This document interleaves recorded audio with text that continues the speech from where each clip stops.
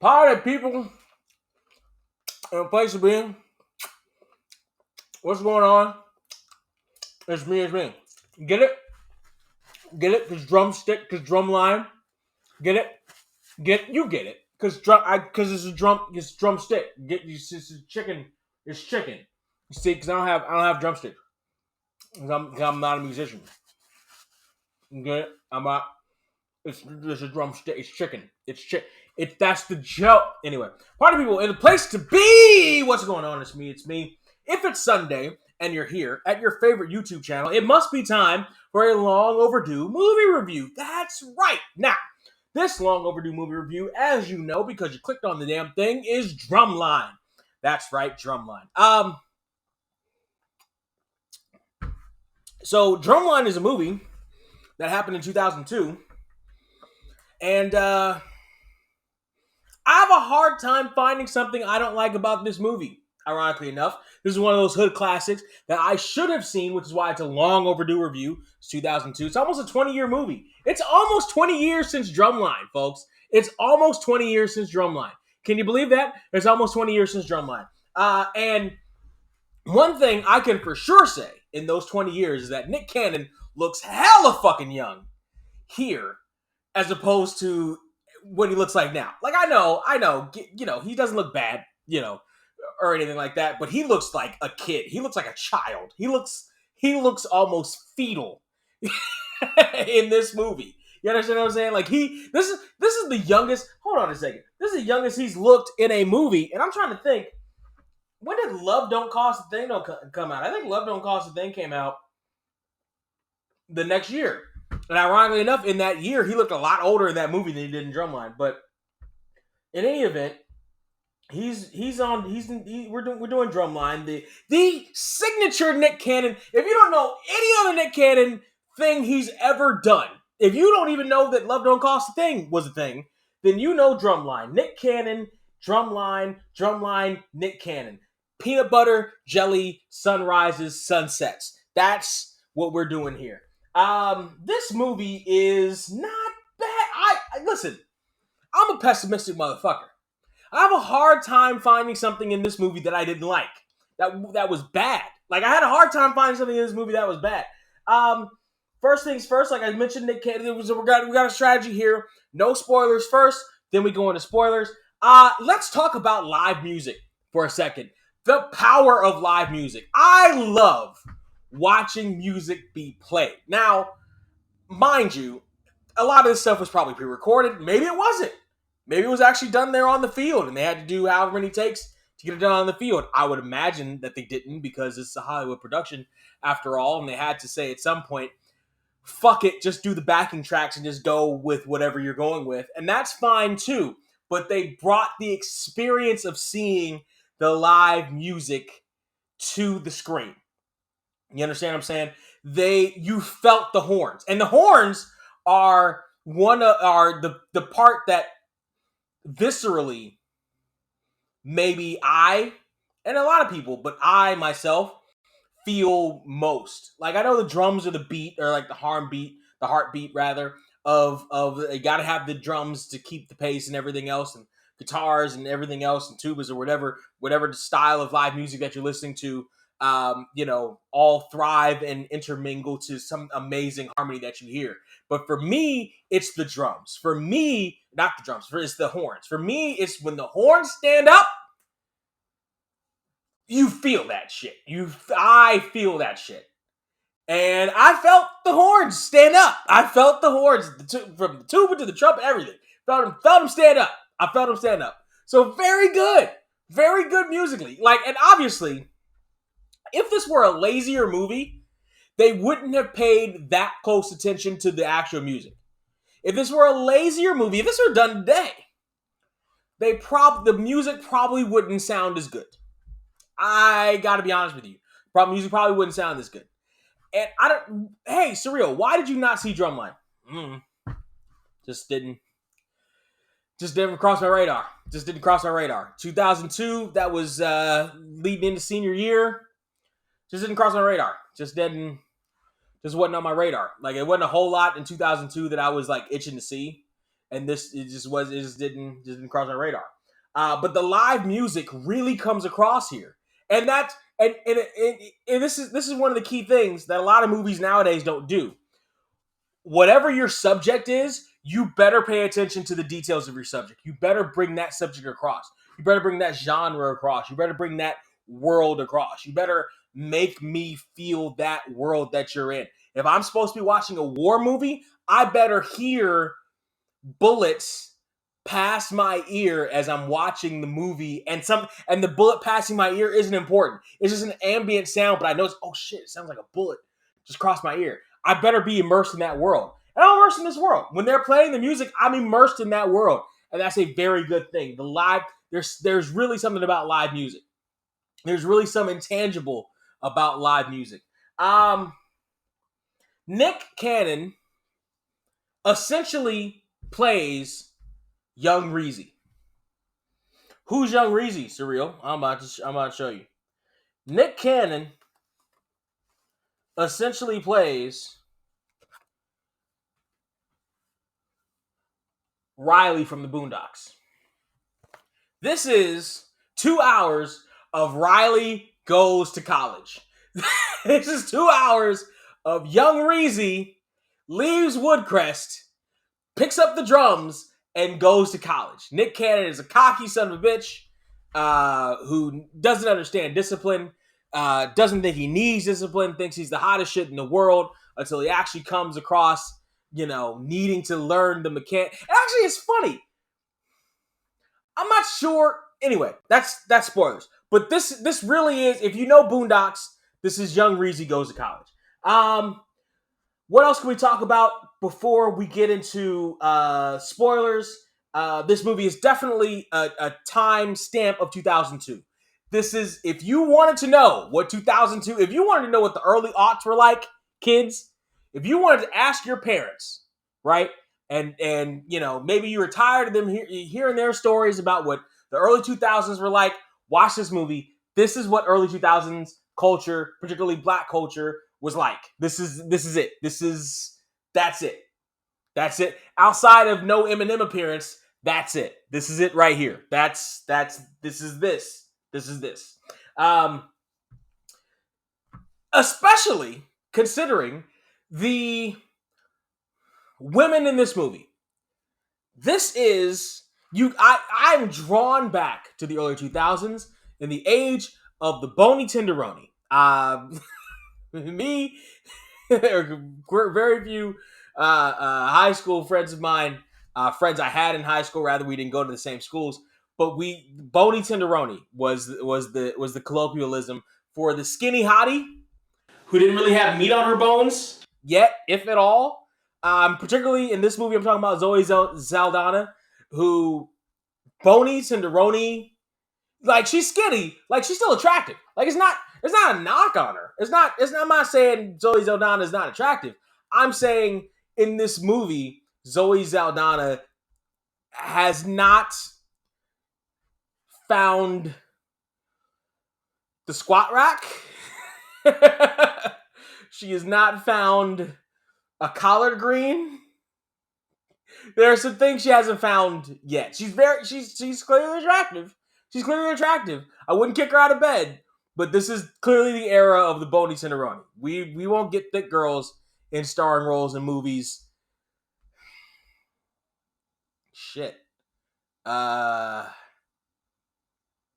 Shit. Did we ever? I wouldn't even say they were thick. I would just say they had more meat on their bones. Any of the chicks from Best Man and them, and even they were kind of skinny when the first one, a couple years before this one came out. They wouldn't actually get curved. Like they wouldn't get curve like they would until Best Man Holiday. So yeah, like shit. Like I don't know if we've ever really had like the thick girls in there, huh? Anyway, what else can I talk about before we get into spoilers? The production's great. Again, you're immersed in the movie. You're immersed in the world. It's fairly formulaic if you've watched enough of these movies and TV shows to know the formula, but it's not terrible. It's not overly. It's not cumbersomely formulaic. You know what I'm saying? Like, you know the formula, but it works, and they execute the formula well. The acting is well in this, including Nick Cannon. Although, to be fair, he really only has one speed in this movie. Orlando Jones, however, brings his comeuppance to it, his gravitas, his acting chops to this particular one, as well as the guy who plays Leonard Hold on, I had this all set up. Leonard Roberts. He's very well. He's very good in this. Actually, the surrounding cast members, the surrounding main cast members are very good in this to help support Nick Cannon. Nick Cannon at this particular point in his career, I don't even think it at current state is particularly known or thought of or seen or considered, and for good reason, as a good actor. He's a personality who's there a lot of the times for whatever reason. It's not to knock Nick Cannon. Nick Cannon's not bad. He's just there's nothing like. I'm more impressed theatrically by Zoe Saldana, Orlando Jones, Leonard Roberts, and Jason Weaver, who plays one of his drum mates, as well as Candace Carey, who plays Deidre, the one. Though I do remember the trailer, and it was like, oh, she can't do push-ups, and it's just 1 hour push-ups. Damn! Like, I remember that. Like, okay, great. Like, they all act very well around Nick Cannon, and Nick Cannon, for his part, holds up what probably the director brought out of him. I don't even know if I'd say 1-dimensional, 2-dimensional, not 3-dimensional. It ain't 3-dimensional, but it's 2 dimensions, 1 to 2, 1.5 dimensions, and it's fine, and it works in this world of Drumline. It works. I'm not looking for any Oscar nominations out of Nick Cannon out of this at all, and I'm not going to get any out of Nick Cannon at all in this one, but it works. He works in this role, in this world that they've built, and because they've built the world around Nick Cannon's character so well that it all supports each other. It all works with each other in the final product. That's, I think, going to be the end of the non-spoiler section of the Long Overdue review. Now I take a sip before we dip into spoiler territory. Ooh, that was a heavy dose of gin in that cocktail I got there. We're getting the spoilers here. Remember when I did the drumstick thing, or with the chicken, the drumstick? That was cool. All right. Spoilers. All right. So, like I said, Nick is young Reezy. Nick is young Riley Friedman from the Boondocks in this movie. He's a hot shot. We see him at his high school graduation. Oh, he's bored to tears. I can't believe high school graduation wants me to do this boring ass shit. Listen, do you understand what high school is? Normal high school is? Like, that's what it is. Like, it's bad music. Like, it's not, like, it ain't the greatest musicians of all. Like, everybody's developing whatever.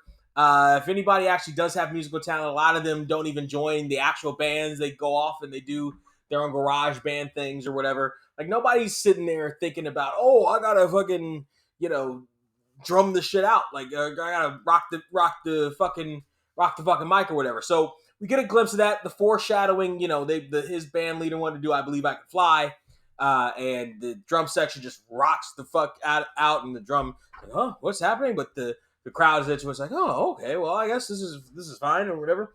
Then he gets to A&T, Atlanta Technical, AT&T, whatever the fuck, college, whatever bullshit college, and he's in the Drumline, and it turns into a military movie, where, you better be in a military / frat movie. You better be in whites because you're a blank slate, and we're in the Drumline, and we're going to beat respect into you, and all this other happy horse shit that a lot of institutions do. Whether it's worth it or not, whether it's meaningful or not, whether it actually has any merit or not, a lot of institutions do it. Wrestling does it, or at least did it even 5 years ago. Fucking stupid. A lot of these institutions, it's almost a military-esque type vibe. At the beginning, early on, I see this fat white guy, and I'm like, "Hey, is that Ethan Suplee? Is that the dude from Remember the Titans and Boy Meets World, who then got all buff and went on to Sons of Anarchy? But before that, he was the fat guy that was in all these movies. Is he in this movie? Because we see, I guess, the guy who played not Rev, but the other guy who played another part in Remember the Titans. Um, does the words cruel and unusual punishment mean anything to you? That guy, he's in this movie. And I'm like, oh, we getting to Remember the Titans reunion? Because that's Ethan Suplee. But no, they just got another fat white dude who looked a lot like Ethan Suplee. So it's almost like they wanted Ethan Suplee, but they didn't get him. And so they got the next best thing. Which, okay, I guess. But, I've always liked Ethan Suplee. I'm cool with him. Frankie Stachino from Boy Meets World. Vader's son, quote unquote, on Boy Meets World. I'm down with that. I've always liked that. Talk about the era of the Bony Tenderoni.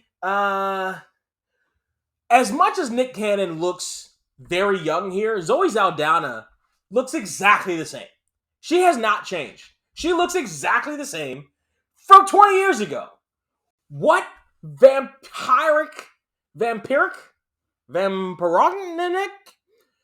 elixir has she taken to look exactly the same as she did 20 years ago? Exactly the fucking same. Like, not changed at exactly the goddamn same. That's some witchcraft shit.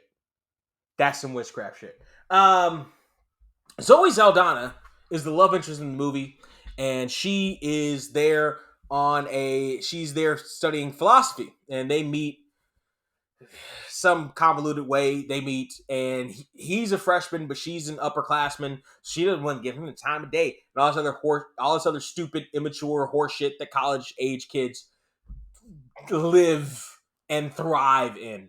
And it's interesting because this is a damn lie in 2002. That's a damn lie in 2002. In 2002, at least, and I don't know when this may have changed, if it changed at all, but in 2002, girls were not checking for younger dudes at the fuck all. At the fuck all. They weren't checking for dudes their age. They were checking for Zoe Saldana in real life in 2002 would have been dating a professor. She'd have been dating Dr. Lee. She'd have been she would not have been fucking with anybody that hasn't got at least a bachelor's. Are you kidding? Are you fucking kidding me? Are you fucking kidding me? She would not be fucking with a freshman. I don't give a shit how hotshot he thinks he is with his messy ass fucking 2002 cornrows. Are you fucking kidding me? Zoe Saldana wouldn't be fucking with him at all. Oh, that's Nick Cannon. At all. She'd be fucking a chancellor or some other shit. Or some sugar daddy on the side who runs a hedge fund. She would not even a hedge fund. She'd be fucking somebody who's doing something else off of college campus. You fucking kidding me? Get the fuck out of here. Cause here's how I know. Because high school girls were fucking college guys in high school. That's why. So the college guys weren't even fucking the college girls. The college guys were fucking the high school girls, and the older guys were fucking the college girls. Because the college girls weren't fucking with the young dudes. Fuck out of here. Get the fuck out of here. Get out of the fucking town. All the way. She's a philosophy major. Anyway, it is a little flirting shit. She's in the library or whatever the fuck. She says she's a philosophy major, and he's like, "Oh, what do you blah blah blah blah?" He's like, "Why are you a philosophy major?" "Oh, because my parents are paying for college, and they don't think the dance is a real major." Hey, Zozo, come here, come here, come here, come here, come here. Your parents don't think dance is a real major? They're not gonna think philosophy's a real major either.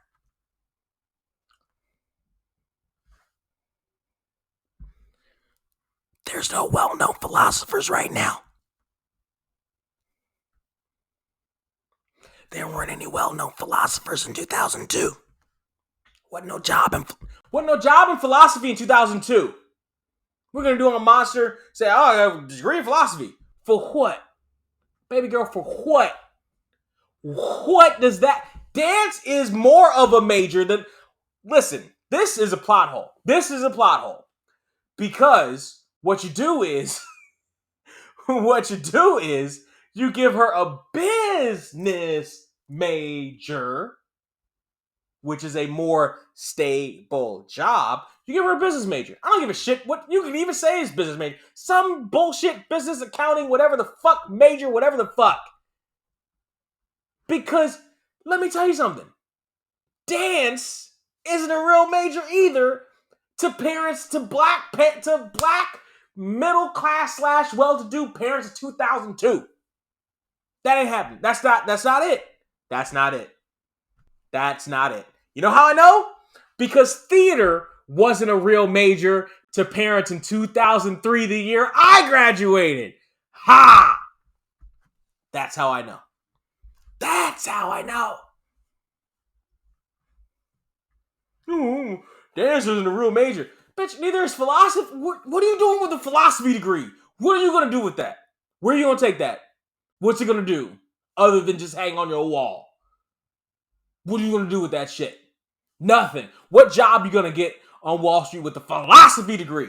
You're not. You're not. Let's see. So we get to a part where they're at a game. They do their drumline shit. And I think this is the point where Nick Cannon, they do their drumline against, they're doing the drums against the other team's drums. The other team's doing their drumline shit. And Nick Cannon and his team are doing their drumline shit. And then Nick Cannon, he steps up to him with his drums, and then he reaches over and starts playing their drums. And the dude is like, oh, fuck no. And then starts to fucking fight with him, right? And at the end of it, they're putting their shit away in the bus. And there's a lot of room underneath the bus at that scene. That ticked me off a little bit because I'm like, I've been on road trips with buses that are just filled with like bags for like a weekend. And there was no room then.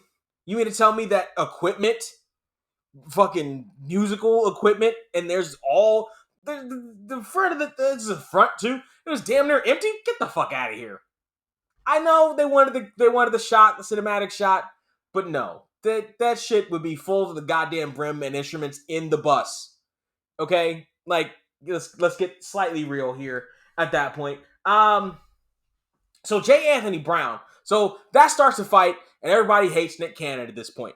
Dr. Lee, a.k.a. Orlando Brown, hates him. The other dude that's in the band, Leonard, whatever the fuck, he hates him. And Zoe Saldana turns her back on him, doesn't want to meet the parents or whatever the fuck. So everybody hates him. And that stunt costs him his spot on the team. He loses the team. He got a scholarship to this college. So he loses a spot on the team, and or at least on the band. And I guess gets to stay in college for the remainder of the year. I don't know how scholarships work. I guess if you get kicked off a team, you just get to stay in college for at least the rest of the semester, apparently, as opposed to just going straight ass home.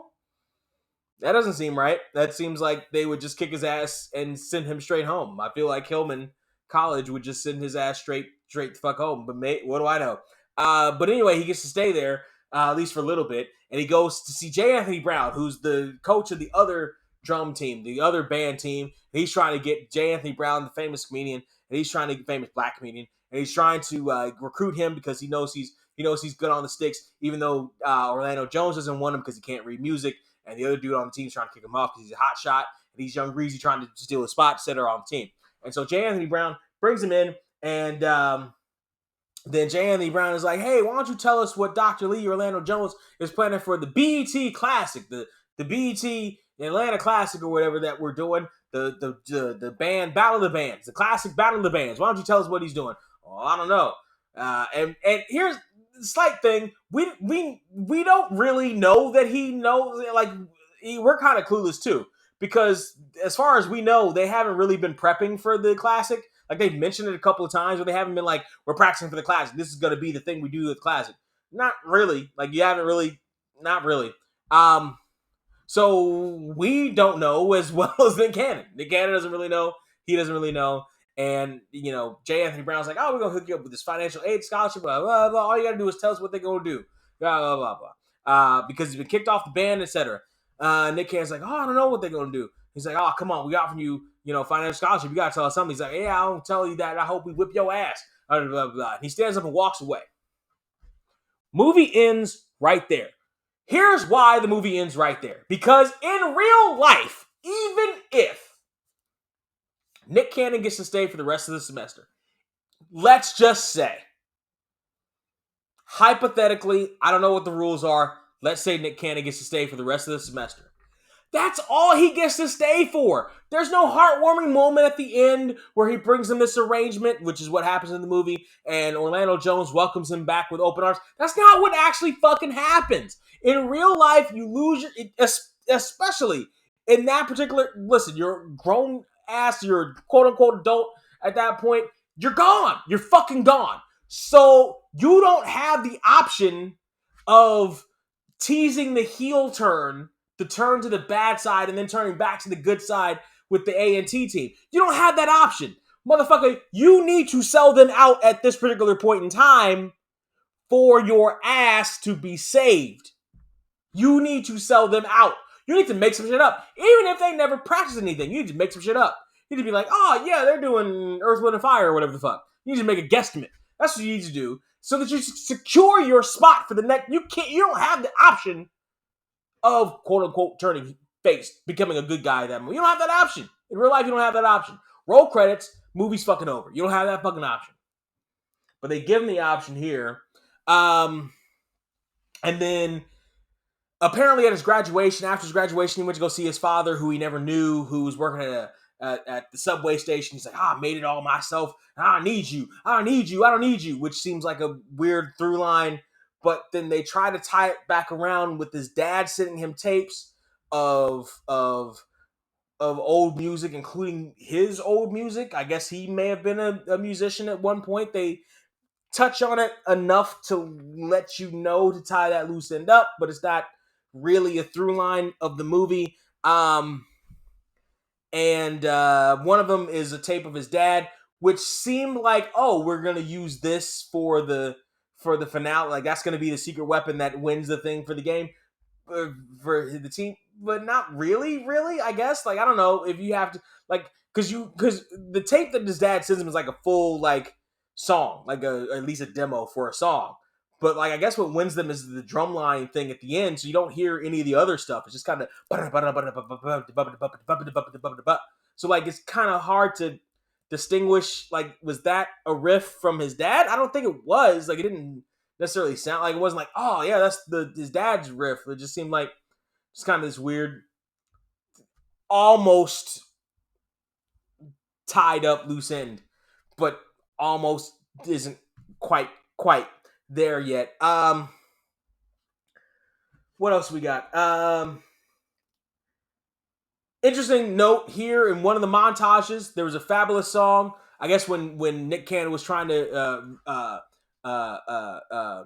redeem himself, there was a fabulous song which sampled Michael Jackson. Michael Jackson was played by a young Jason Weaver. One of the first things we ever saw Jason Weaver on was Jackson the American Dream playing little Michael Jackson. That was a nice little loose end that I don't know if anybody really even got, but I certainly got it. Jason Weaver's in this movie for 5 minutes total. It's weird. For fucking 5 minutes. And it's that's Jason goddamn Weaver. And he's in this movie for 5 fucking minutes.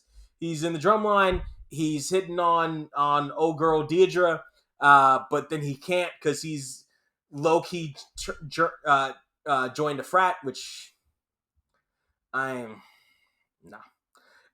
I would never join a frat. Go ahead, enjoy your frats. If I went to college, I'd probably go to frat parties, but I'd join? Nah, no thanks. Let's see. One of the white boys loses his spot. The skinny white boy, not the Ethan Suplee one, but this other one, who apparently was played by some guy named GQ.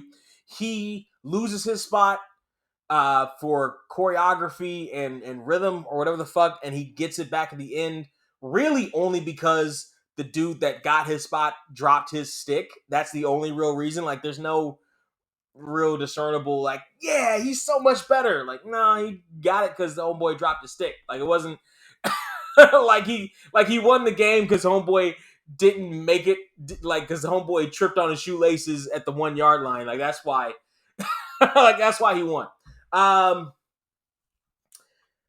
As we're getting to the big classic, I see Stuart Scott. I'm like, Stu, yo, one for Stu, one for my boy Stuart Scott. How about it? One for Stuart Scott. Then singing the national anthem after Stu is Blue Cantrell. Blue Cantrell before she loses her fucking mind and disappears off the face of the planet. Blue Cantrell was talented, and this was just before she lost her mind. This is, I think, this was in between her two albums. Her two major albums. She had Hit 'Em Up Style, which was the first one, and then there was the other one which I bought.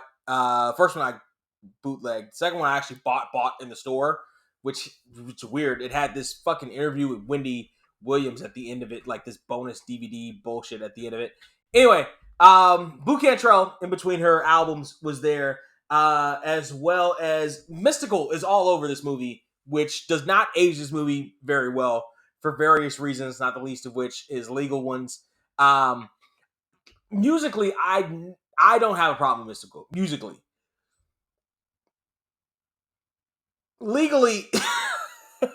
Legally is another story. Musically, I like Mystical. Keep up me against the wall. Mystical's all over this. And Mystical doesn't appear in this movie at all, which is weird. What happens is there's a performance at the end by Petey Pablo. Petey Pablo drives in this white caddy or whatever the fuck. He's in white furs and all this other shit. J. Anthony Brown's band is playing some Mystical shit. He's coming in. He's playing his Petey Pablo shit, and he's coming in. This is the height of Petey Pablo mania, which was only that 1 year, but this is Petey Pablo time, and Petey Pablo comes in, and he's Petey Pabloing it up with the rest of the band, and then Nick Cannon's band comes in, and they do throwback, and they 1970, 2002, and again, it doesn't sound like they're incorporating like his dad's mixing it. Maybe I need to go back and watch it again. Maybe I need to rehear his dad's mix or whatever the fuck, but I didn't feel. It feels like they're just doing covers of 1970, 2002 or whatever, and that's like the big theme or whatever the fuck. And yet they tie with Petey Pablo's band. Petey Pablo, this is a major musical act at the time. Now, mind you, I'm wondering how the fuck he's able to get in there in the first place. Anyway. But Nick Cannon is, by the way, this whole time Nick Cannon is off the team. Nick Cannon is not on the team. Nick Cannon is not on the team. And then they're like, oh, we got to settle the tie with the drum. AJ and Free are the hosts. And they're like, we got to do Drumline to settle the tie. And then Orlando Jones turns to Nick Cannon and is like, hey, why don't you show them what they're going to get next year, even though you're off the team? That, again, would not actually happen in real life. But Nick Cannon's like, yeah, I'm going to throw on the uniform. I'm going to go out there.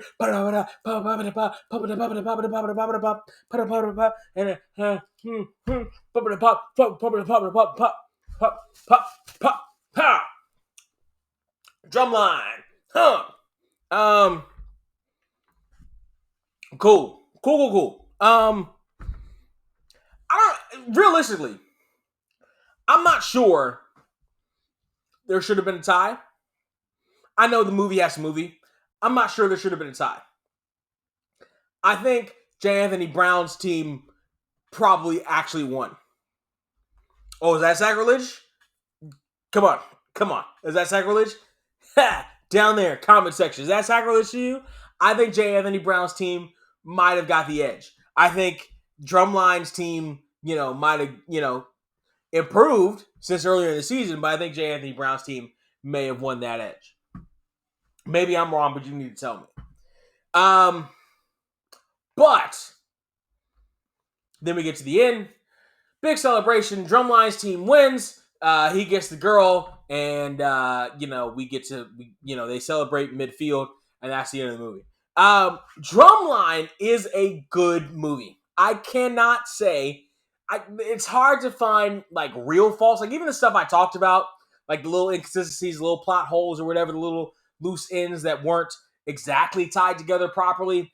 don't diminish this movie. This movie is a decent enough movie, primarily driven by the music. The music has a lot to do with, and actually, everything in this movie is pretty good. Like, there's only a couple of little things there that could be improved or are not quite ready for prime time or whatever the fuck, but it's not a bad movie. By any stretch of the imagination, it's a good movie. I can see why this is a hood classic. I can see why people would get invested in this and et cetera, et cetera. I could even see how this could drive people to want to be in a band if they're at least a little musically inclined. My musical inclination stops at karaoke. It stops at karaoke. It starts at TV theme songs, and then it stops at karaoke.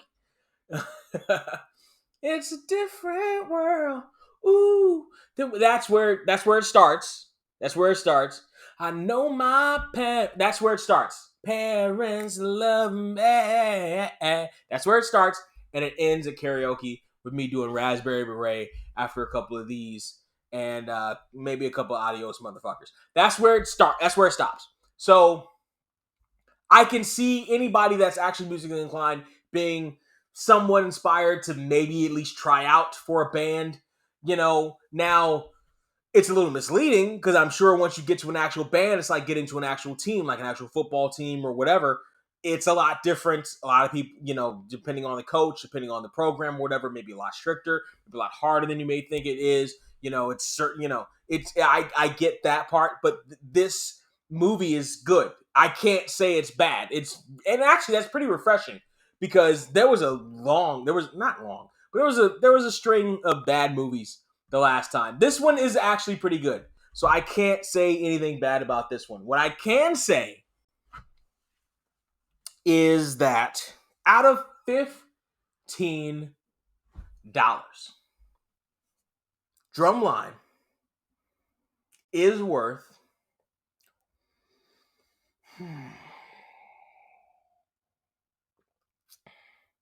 Damn, do I want to give it that high? I didn't dislike this movie. I didn't dislike this movie at all. I did not dislike this movie at all.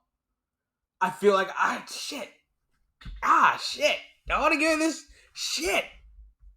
Do I want to give it this high rating? Ew. I feel a little uncomfortable giving it this high rating. Cause I don't know that I want to give Nick Cannon this much props. Shit. Okay. Fine, I guess. Fuck. Am I really gonna do this? I think I am. I think I'm gonna give Drumline 13 out of $15. What the fuck? What is wrong with me? I can't believe that escaped my lips. I can't believe I actually said the words. Drumline gets 13 out of $15. Holy shit. This is not a bad, but it's not a bad movie. It's not a bad movie. It's not. And if I were gonna take anything off of it, it wouldn't even be that much less. It would probably be $12.75 if I were gonna take anything off of it for the little inconsistencies I was talking about. But I don't even want to take that 25 cents off. I enjoyed watching this movie. I legitimately enjoyed watching this movie. I didn't have a bad time watching this movie. I did not have a bad time watching this movie. It certainly ain't 15. It certainly is not a full on 15. But it's not a bad movie. It's not a bad movie. And all here's the strength of this movie is the elements involved in this movie. This is a perfect example of the sum, not even the sum, because the parts aren't bad. The worst part of this movie is a couple of plot hole inconsistencies and Nick Cannon's really lack of acting. Not even lack, but not unrefinement of his acting skills. His limited dimension as an actor in 2002. That's it. That's it. Like, that's it. The little plot holes, the little formula, but it's a better version of the formula than you probably would have seen in other movies from 2002. They put the pieces together properly.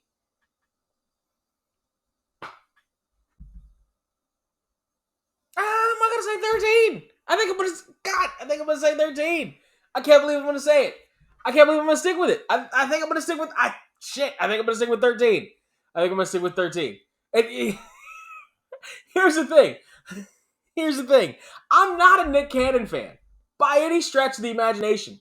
And he's, acting-wise, probably the weakest link in this movie. Acting-wise.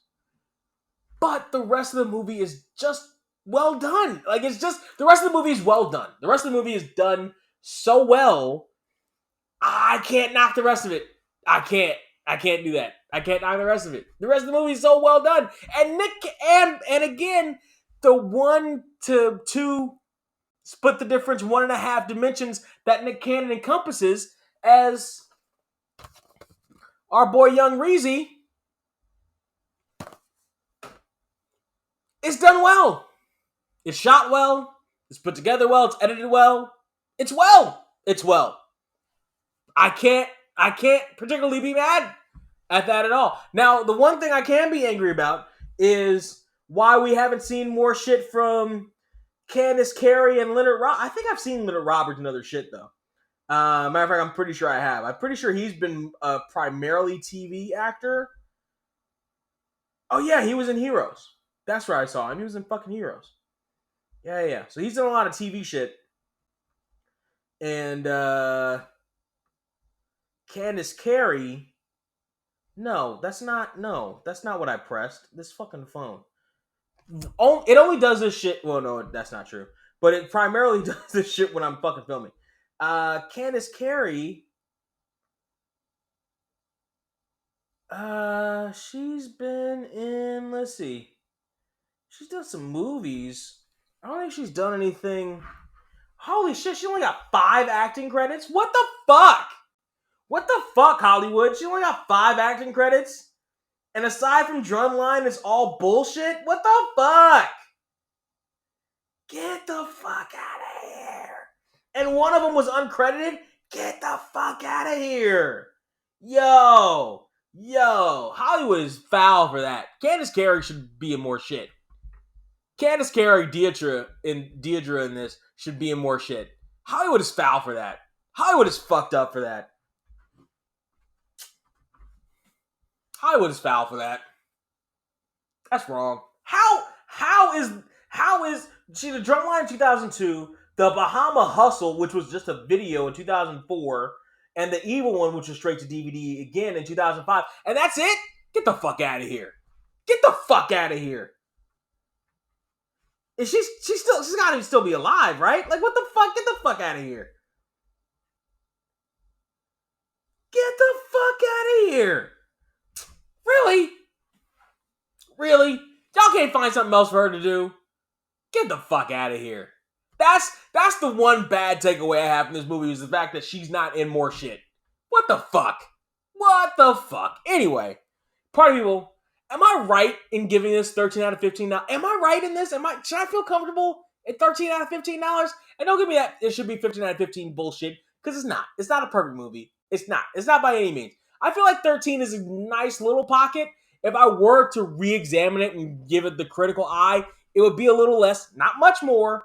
You know, it'll probably, like I said, it'll probably sit around 12.75, but right now I feel comfortable at 13. How right am I about this movie?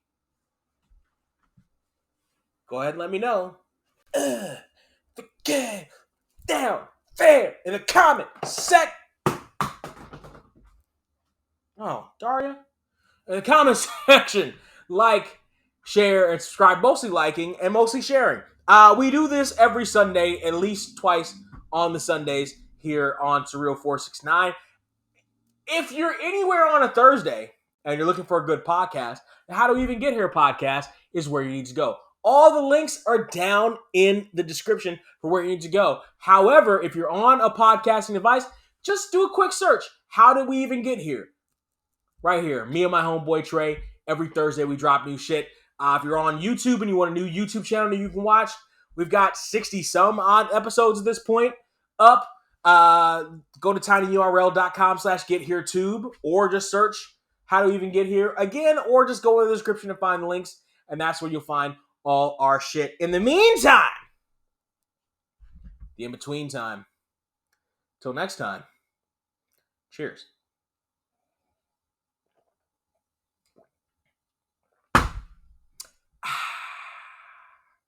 I'm a nice guy, I'm a nice place, with a nice smile on my nice face. And I'm making sure my night's straight. And when you're out of town, I be making sure your wife's straight.